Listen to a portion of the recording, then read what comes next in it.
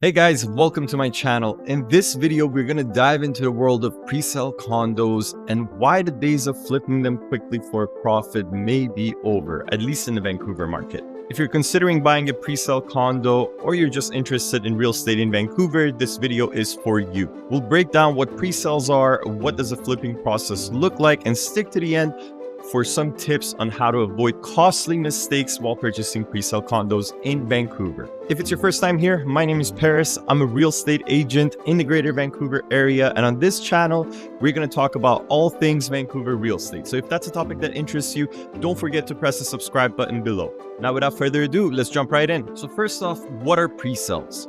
Developers commonly in BC, they tend to pre-sell their projects before they ever break ground or even have the financing in place to break ground. And that's actually the purpose behind pre-sales, because when you're purchasing a pre-sale, you're not actually buying an already existing property. What you're doing is you're purchasing a contract that gives you the right to purchase this property in the future when it's completed at the predetermined price that you agreed on at the time of signing the contract. So this is an important distinction. You're not actually buying a property, you're just buying a contract. And the reason behind how these developers sell their pre-sales is that it's actually a requirement by their lenders. Lenders typically require developers to sell at the minimum 70% of their project before they agree to finance the project, and that would be the go-ahead for the developer to break ground on a construction phase. So what is condo flip?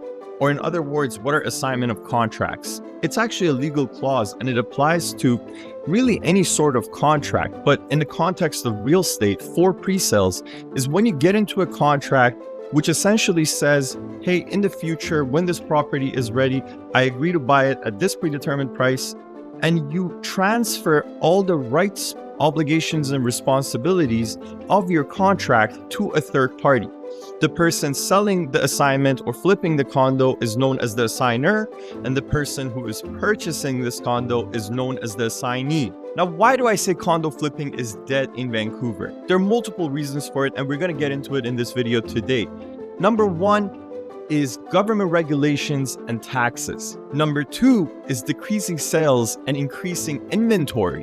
Number three, affordability crisis and high construction costs. And number four is restrictions imposed by the developer on assignments. Now, before we break down each of these points, it's important to note some of the risks and benefits of buying pre-sales so you have an idea of the risk reward in this equation. Some of the upside for buying pre-sales is the fact that you're able to customize your unit to your liking. Typically, developers let you pick the theme that you like, which is different color floors, different color cabinets, and you have that freedom to pick the unit that you like more. So there's a level of customization that you get a chance to take advantage of.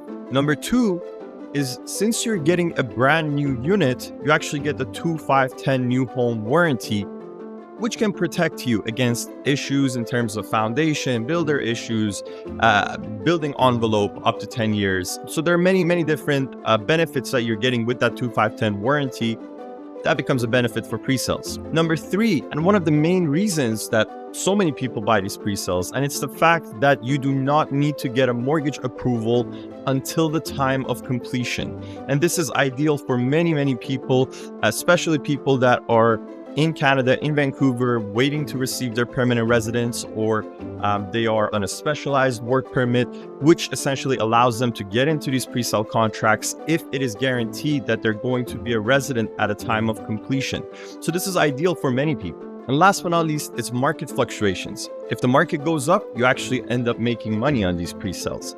But we will surely soon visit the flip side of this equation. Now, the downside of pre-sales.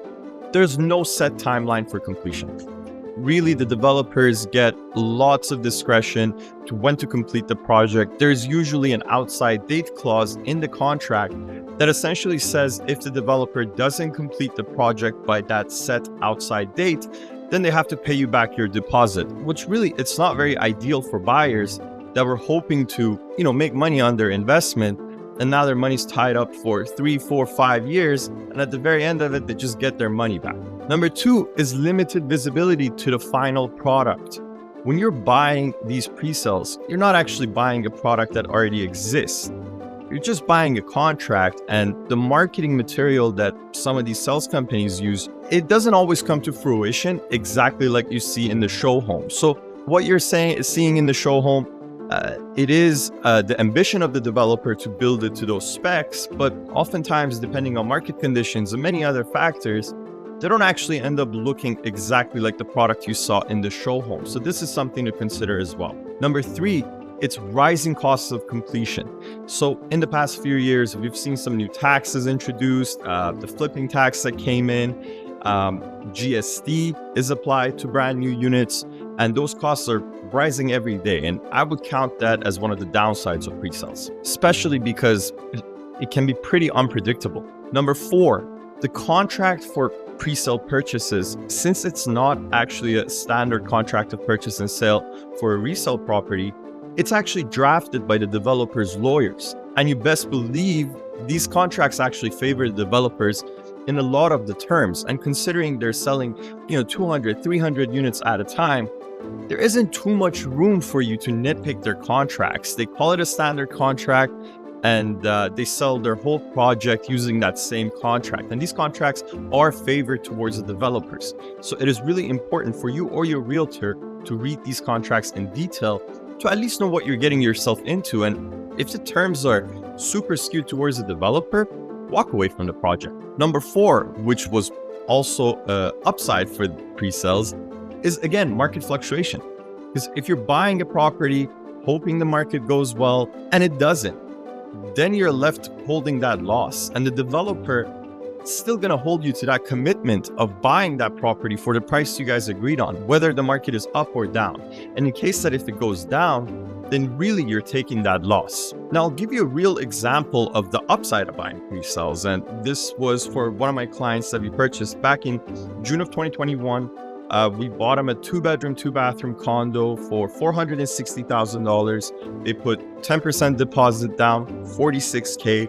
And 11 months later, around May of 2022, we listed it as an off-market property. And within 2 days, we were able to sell it for $590,000. So essentially, my client got a profit of around $130K in only 11 months. So this was a pretty ideal situation for my client, got her super excited. But again, this isn't the case for everyone. Now let's talk about an example for the downside of pre-sales. I know a client that bought a condo in pre-sale for $407,000 approximately, plus GST, plus property transfer tax, came up to approximately $433,000, $490,000. So just around $434,000. Now they put 10% deposit down, so $40,700. And this particular project actually completed a year ahead of schedule that they said it would complete. And they put a lot of buyers in a difficult situation. Now, in this case, the buyer was actually able to complete. They had family to help them. They made it happen and they completed. Listed the property for $460,000, which after the expenses they have to pay, considering the GST, the property transfer tax that they paid, as well as the realtor commission, that would leave them at a point of break even, essentially. When we hosted an open house for this condo, there were at least 6 other units, all with similar specs, all in the same situation, all wanting to sell, and not a single person walking through open houses. Well, actually, there were some people walking through the open houses, but no one really was writing offers. Or if there were offers, which we got one before we even went on the market, they would typically be extreme lowball offers because buyers are still out there trying to get deals. Everybody was holding strong. Everybody was like, hey, this is the price. We got to do what we got to do. Sellers need to break even at least. Until one seller finally cracked and they sold their property for $385,000, essentially selling at a $50,000 loss. Now, this puts every other seller in that building in an extremely difficult position, and they have a really rough decision to make. Are you going to hold on to it with these rates, with all the carrying costs, or are you going to take the loss now and sell it at a $50,000 loss? So much for a pre-sale project that was supposed to turn a profit. I remember when this pre-sale project hit the market, they made so much noise about it, advertised it as this is an investor's dream, and everything here is going to sell and assignment fees zero. And people got super excited and they rushed through the doors. They bought out the project in one weekend. Then they put no effort into controlling the flow of assignments. So there were a bunch of these assignments that flooded the market, and that reflected after completion as well when you have all of these people that were trying to sell it. Now, these clients were one of the few lucky people that were actually able to complete. There were some other people in much more difficult situations, with the worst case scenario being people that have defaulted and they aren't able to complete on their purchase and they fully lose their deposit. I met another family in the same building where they purchased a condo for their daughter who's currently doing articling student across the country. She's going to be a lawyer in about a year or so, and they were planning for her to come back, use this property as her principal property, move in. And as you know, for first-time home buyers and people who are getting it as their principal property, there are some tax benefits, property transfer tax exemptions, some GST exemptions. And because the project completed early, the mom and dad, they had to complete the purchase for their daughter, paying for the GST, paying for the property transfer tax, and essentially having some capital gains tax implications as well, costing them tens of thousands of dollars.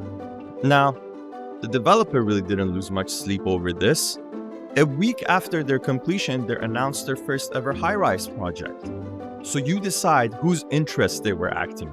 Now, who are the losers in this equation? Let's talk about it. Buyers that purchase these pre-sale condos for the sole purpose of flipping.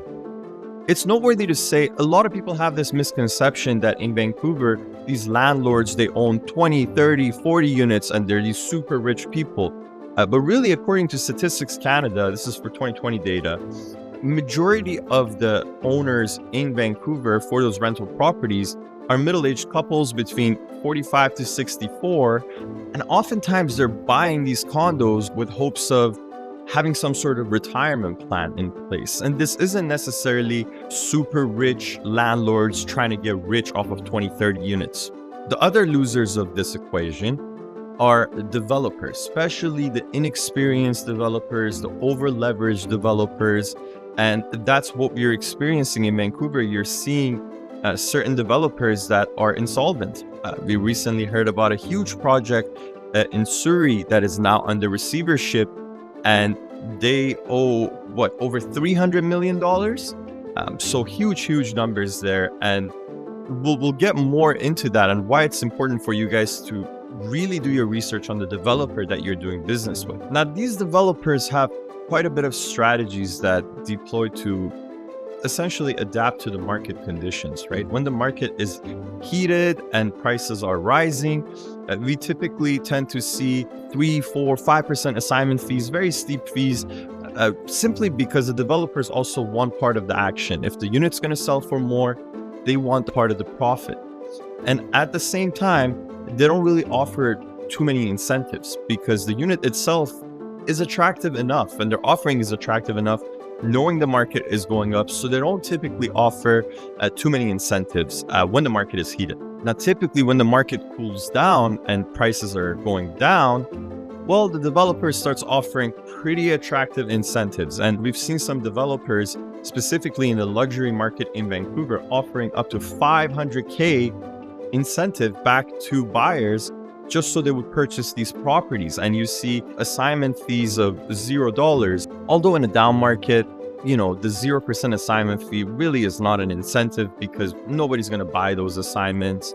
But developers still don't shy away from advertising this, and using it as a marketing tool. They also have quite a bit of control over the timeline of the project, although there are some factors that are outside of their control. But for the most part, they do have good control over the timeline of the project. So if the market is cold and it's not necessarily in their benefit to move on and launch these new projects, then they're not necessarily in a rush to finish those already sold projects either. And they really do take advantage of that outside date that they have in the contract. And, we see delays of 1 year, 2 year in completion of projects. And for people that were lining up their purchase with their life events, this could become quite difficult, and oftentimes people have to figure out accommodations until the unit is completed. In contrast, when the market is heating up, we see developers rush to finish projects, and this seems to be the case today. I'm seeing so many pre-sale projects right now in Vancouver that are completing a year ahead of time, a year and a half ahead of time. And this could create some huge risk for buyers that weren't necessarily ready to complete at that earlier date. Or, like the previous example we talked about of the lady that was doing her articling student across the country. She's just simply not ready to take possession or complete. So people have to come up with alternative ways on completing on these projects. Developers rush to complete the project so they can move on to the next project and they can pre-sell them in a heated market. They also have extreme control over the flow of assignments and the process that goes with that. Just because a developer is offering 0% assignment fee does not mean you're going to be able to assign it, or even they're going to give you the permission for it. If they give you the permission for it, it's $0 assignment fee. But what if they don't? And they do opt in for this option from time to time, depending on the market. All assignment requests are subject to developer approval, and developers don't shy away from withholding this permission if it's not in their benefit. And we've seen that happen in a few cases. Some of the reasons they may withhold permission are they still have units in the same building that they are selling and they don't want to add competition to their own building. Or they have their next project that's coming up nearby, and again, they don't want you competing with that project. Maybe they need your deal in order to prove financing to their lenders and they can't let you assign it. Or maybe they just want to avoid a negative perception of the developer. Most developers want people that love their projects, that are going to live there preferably, or at least turn a profit there. So in order to protect their reputation, they may say, nope, no assignments for you. Now, on the bright side of things, who will be a winner in this equation? Buyers markets in Vancouver are extremely rare. And right now, condos in Vancouver are well into the buyers market territory. Buyers have more options and more inventory than they've ever had before. And they have more leverage than they've ever had before, considering all of this inventory on the market. And they get to take their time, explore all of their options, and leverage that availability of inventory to get better deals. So buyers of condos are actually able to get really good deals in the market today.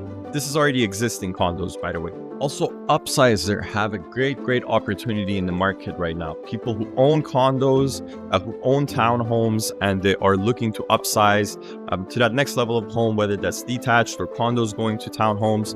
Those people are able to get really great deals. And the reason for that is when the market heats up, it heats up from the bottom to the top. So usually condos and townhomes start picking up before detached does. And when it cools down from top to bottom. So usually more expensive luxury detached homes start cooling down first, and it works its way down. So currently for people that are looking to upsize, they're able to, maybe sell their condo at a 20K discount while they can buy their townhome at a 50K discount. So this is something to consider if you are wanting to upsize. But back to pre-sales. Another huge aspect of this equation is the government scrutiny that we've been seeing in the past couple of years to curb the speculation that's been happening in the Vancouver market. Obviously, unaffordability is a huge problem in the city, and the government is trying to do their part to curb this speculation, which has hit pre-sale buyers quite hard. For example, we had the BC home flipping tax that came in, which essentially, you have to pay up to 20% tax on your profit if you are flipping a property within its first year. And this gets reduced to 0 after 2 years. And of course, you have certain exemptions that apply in this case, like divorce, death, disability. There's certain exemptions with this. This rule actually comes into effect January 1st of 2025. That's why we're seeing a lot of people who purchased properties, less than 2 years ago in a rush to sell their homes before this tax goes into effect. There are also some federal regulations, the residential property flipping rule that came in, which essentially classifies the income made from flipping these properties within a year as business income, and you have to pay business taxes on it.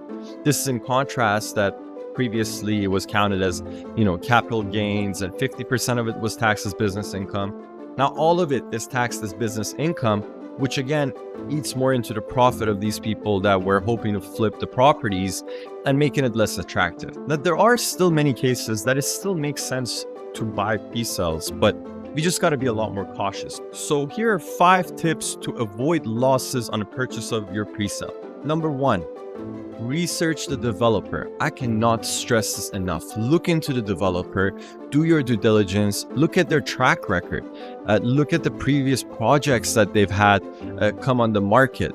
You can just search the name of the developer followed by Reddit, and you'll be able to see the feedback from the previous buyers from this developer. You can see if they keep their word and take care of deficiencies. How were they in treating their clients? How was the buyer's experience after completion? For example, about the developer that I was mentioning earlier, that their project is now insolvent and in receivership. If you just do a simple Google search with their name and Reddit, you can see countless horrifying experience from the owners of these properties, people that are living there. Strata Corporation has taken to arbitration multiple times. They've mismanaged the handover of the project to the Strata Corporation. So there were many issues. The telltale signs were there, yet they continued strong, hired the best sales and marketing companies, and they kept moving on to the next project, until the house of cards eventually fell. So do your research on the developer. As a blanket statement, I'm telling all of my clients, only purchase from very reputable developers that you know their track record, you've seen their other project, you've heard about feedback from their clients. Because look, from the moment you purchase this property until you get the keys to it, it could be 3 to 4 years, and you're gonna have to sleep at night. And if this isn't a reputable developer, if you're not sure if the project is going to progress and move forward, then it's going to be a very difficult time for you while waiting for completion. So do your due diligence early. Buy in areas that you truly believe in yourself. Look, if you've lived in a city, you know the amenities, you know what the good things about it are. You also are probably aware of the issues of the community more intimately than anybody else. So if you're choosing to buy a property, don't be tempted to go all over the city, everywhere, just because it's cheaper. Don't try to go in areas that you aren't familiar with. You don't know the potential for the future. Because at the end of the day, if you're buying in an area that you like, worst case scenario, even if the numbers initially don't make sense, you at least own a property in an area that you truly believe in and you love. And you can't go wrong with that. 3rd tip, this one's extremely important. Make sure to read the disclosure statements that are provided by the developer line by line. This is probably one of the most boring documents you'll ever lay eyes on, but it's extremely important because it is a document that is regulated by the government. So when you're going into the show homes, you're getting a lot of marketing features and beautiful renderings and great show homes that are thrown at you, but oftentimes the truth still lies in those disclosure statements, because legally they have to let you know their plans, what the strata plan is going to look like, if anything has deviated from the initial disclosures they made to you. So it's extremely important to read these disclosure documents, or of course get help from your realtor. They should be reading this document for you or helping you through it, to understand what's going on with the progress of your project that you're invested in. Number 4, get a mortgage pre-approval. So currently there are 2 banks in Canada that they offer firm approval up to 48 months ahead of the completion. So this is an option that if it is available to you, you should definitely opt in for it. Another benefit of this is that they actually do the appraisal at a time where they're processing your application. Meaning today that the bank knows the value of your property based on comparables and whether they're good or not in giving you an approval. And look, if 3-4 years down the line, market conditions improve, interest rates drop drastically, or whatever other factor that may help you, well, at that time you have the option of not using that approval. and getting a new approval. But, it still does help from a peace of mind perspective to have that approval well in advance. So in case the developer decides that, hey, we're going to complete a year and a half early, then you're not scrambling last minute to get a mortgage approval. Number 5, and the final tip, plan to purchase and hold for at least 8 to 10 years. Do not buy a pre-sale project for the sole purpose of assigning it. In this video, we talked about all the reasons that's a bad idea. But look, if you're buying a project with full intention of completing it, if an opportunity comes up for assignment down the line, you're able to take advantage of it. Like my client who made 130K. But if you're buying it just for the sole purpose of assigning it, then you're opening yourself up to a lot of risk. And quite frankly, it's just not worth it. So is condo flipping truly dead? Maybe not entirely, but it's clear that the game has now changed. Whether you're a buyer, seller, or just curious about the market, always do your research, plan well in advance, and plan for the long term, and always be prepared for the unexpected. If you found this video helpful, don't forget to like, subscribe, and hit the notification bell so you do not miss every time Real Estate Inside videos like this come out. And hey, share your thoughts and experiences with pre-sales below in the comments. I'd love to hear from you. Thanks for watching. See you in the next one. Me and my coffee. Inseparable.